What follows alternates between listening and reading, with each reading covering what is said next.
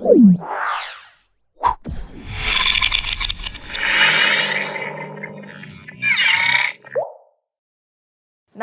నేను మీ మాధురి. ఈరోజు మనతో పాటు స్టూడియోలో ఉన్నారు శారద గారు, life coach and law of attraction coach. Sharada గారు, మనం ఇప్పుడు ఏ టెక్నిక్స్ చేసినా, మనం ఏ ఎఫర్మేషన్స్ రాసినా, మేనిఫెస్ట్ చేసినా మనకి అవన్నీ కూడాను ఒక ప్రశాంతమైన వాతావరణంలో ప్రశాంతంగా మైండ్ ఉంచుకొని చేయాలి అని అంటారు. అసలు ఆ మైండ్ఫుల్నెస్ని ఎలా తెచ్చుకోవాలి? మైండ్ఫుల్నెస్ మనకి చాలా చాలా మనం ఇప్పుడు మాట్లాడుతూ ఉన్నప్పుడే మన ఆలోచనలు వేరే వైపు వెళ్తూ ఉంటాయి. అలాంటప్పుడు ఈ మైండ్ఫుల్నెస్ రావాలి అంటే మనం ఏం చేయాలి అంటారు? దానిపైన ఎలా కాన్సన్ట్రేట్ చేయాలి అంటారు? ఎస్ మేడం, ఇది చాలా మంచి క్వశ్చన్ అడిగారు. చాలామందికి ఇది చేయడం తెలియక ఫెయిల్యూర్ అయ్యి మాకు జరగట్లేదు అని చాలామంది అంటుంటారు. కానీ ఎందుకంటే వాళ్ళ మైండ్ని ఎప్పుడు వదిలేస్తూ ఉంటారు.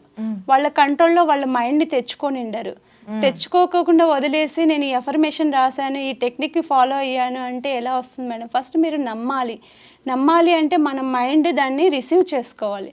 అది రిసీవ్ చేసుకొని మన మైండ్కి అది ఒక బూస్టింగ్ లాగా పని చేయాలి అంటే ప్రతిరోజు మనము దాని గురించి థింక్ చేస్తున్నాం కదా మేడం. ఎక్స్ట్రా ఆలోచనలు ఎన్నో, ఇప్పుడు ఇక్కడ కూర్చున్నాను నేను, నాకు ఎన్నో ఆలోచనలు వస్తున్నాయి. ఇంట్లో పిల్లలు ఏం చేస్తున్నారో, ఎప్పుడు వెళ్ళాలా అనే చాలా నిమిషము క్వశ్చన్స్ వస్తూనే ఉంటాయి. కానీ వాటన్నింటినీ కంట్రోల్ చేసుకొని నేను వచ్చిన పర్పస్ ఏంటి, నేను చేస్తున్న పర్పస్ ఏంటి, నా పని ఏంటి ఇప్పుడు అని నా మైండ్ని నేను సెట్ చేసుకొని ఇక్కడ కాన్సన్ట్రేట్గా కూర్చున్నాను అనుకోండి, అది జరుగుతుంది. అలా కాకోకుండా నేను బయటంతా వదిలేసాను నా మైండ్ని, నా కంట్రోల్లో లేకోకుండా అనుకోండి, అది కంట్రోల్ లేకోకుండా బయటే తిరుగుతుంది, నా అఫర్మేషన్ వినదు అది. ఫస్ట్ నా మైండ్ని నేను కంట్రోల్ చేసుకోవాలి అంటే నేను ఫస్ట్ మెడిటేషన్ చేసుకోవాలి మేడం. ఓకే, ఏదైనా మీరు చెయ్యాలి, జరగట్లేదు, ఏదైనా జరగాలి అన్నా కూడా ఫస్ట్ పాజిటివ్ థింకింగ్ ఉండాలి. పాజిటివ్ థింకింగ్ ఎప్పుడు వస్తుంది మేడం? మనం ఎప్పుడు పాజిటివ్గానే ఆలోచన చేస్తూ ఉండాలి. మన చుట్టూ ఉన్న మనుషులు కూడా పాజిటివ్గా ఉండాలి. ఒకవేళ పాజిటివ్గా లేరనుకోండి, మనం వాళ్ళ నుంచి దూరం వెళ్ళిపోవాలి. దూరం వెళ్ళి మనకి ఎక్కడ వాతావరణం అంతా పాజిటివ్ అనిపిస్తుందో అక్కడికి వెళ్ళి మన అఫర్మేషన్స్ చెప్పుకుంటూ ఉండాలి. ఎక్కడైనా ఉంటారు మనల్ని డిస్టర్బ్ చేసేవాళ్ళు, లేకపోతే థాట్స్ వచ్చేవి మైండ్లో, అలాంటివి జరుగుతూనే ఉంటాయి. కానీ మనంతకు మనమే వాటిని కంట్రోల్ చేసుకుంటూ ఉండాలి. ప్రతిసారి కంట్రోల్ చేసుకొని మీరు అఫర్మేషన్ రాసేటప్పుడు మీరు దాని గురించి థింక్ చేయకుండా, వేరే వాటి గురించి దేని గురించి థింక్ చేయకోకుండా మీరు చేస్తున్న పని మీదే థింక్ చేస్తూ మీ మైండ్ని మీరు కంట్రోల్ చేసుకుంటూ ప్రతిరోజు వచ్చే థాట్స్, ఇప్పుడు పూజ దగ్గర కూర్చొని మనం దేవుడిని వైపు చూసుకుంటూ పూజ చేస్తూ ఉంటాం. కానీ మన ధ్యాస అంతా ఇంకొక దాని గురించి వెళ్తూ ఉంటుంది. అప్పుడు అంటారు పెద్దవాళ్ళు, ఒక జపమాల తీసుకొని ఫస్ట్ మీరు కౌంట్ చేస్తున్నప్పుడు ఒక 10 టైమ్స్ 20 టైమ్స్ చేస్తున్నప్పుడు మీ మైండ్ పక్కకు వెళ్తూనే ఉంటుంది. కానీ ఆ జపమాలతోటి చేయడం వల్ల మీ మైండ్ ఒక స్టేబుల్ అవుతుంది. ఒక 10 నిమిషాలకు అవుతుంది. కూర్చున్న వెంటనే పూజ మీద కాన్సన్ట్రేషన్ రాదు మేడం. మనకు కూర్చున్న ఒక 2-3 నిమిషాలకు మనకి థాట్స్ వస్తూ ఉంటాయి. మనం ఎప్పుడైతే ఆ పూజలో నిమగ్నం అయిపోతామో, బాగా ఇంకా పీక్లో మనము ఉన్నాము పూజలో అంటే మనకు అది ఒక బూస్టింగ్ లాగా పనిచేస్తుంది. అప్పుడు మన మైండ్ ప్రతిదీ వింటుంది. అలా మనం ఏదైనా మేనిఫెస్టేషన్ చేయాలి అంటే ఫస్ట్ మనము మెడిటేషన్ చేయాలి. మెడిటేషన్లో సాధ్యమయ్యేది ఏమంటే మేడం, మన మైండ్ని కంట్రోల్ చేస్తుంది. అది మనల్ని ఒక ప్రశాంతంగా ఉంచడానికి ప్రయత్నం చేస్తుంది. మనం మెడిటేషన్లో కూర్చున్న వెంటనే కూడా మన మైండ్ వినదు మేడం. అది కూడా పక్క కోతి చేష్టలు చేస్తూనే ఉంటుంది.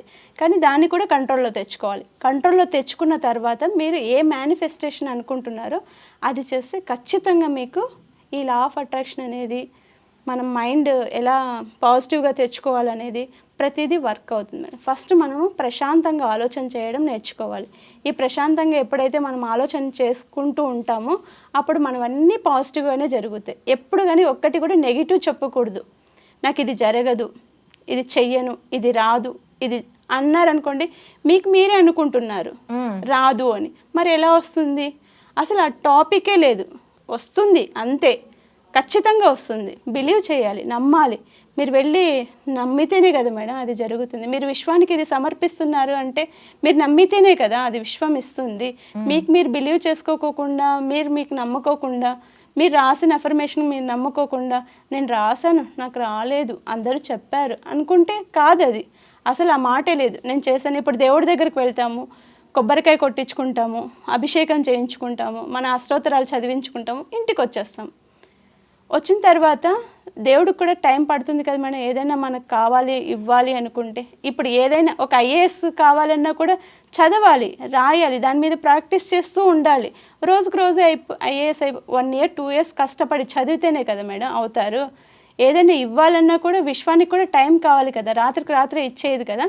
మన మైండ్ కూడా అంతే. ఒక్క రోజులో మనము మెడిటేషన్ చేసామనుకోండి, అది వెంటనే రాదు.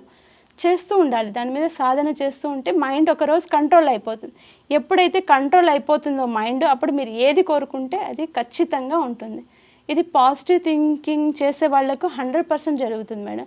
ఇప్పుడు మనకు కడుపులో పురుగు సౌండ్ వచ్చింది అనుకోండి, మనకు చెవికి ఎలా వినిపిస్తుందో మన మైండ్ కూడా మన కమాండ్లో ఉందనేది మనకి తెలిసిపోతుంది. అప్పుడు మీరు ఏదైనా మెడిటేషన్ చేసుకోండి, మైండ్ ఫుల్నెస్ అనేది ఏర్పడుతుంది మేడం. Thank you madam.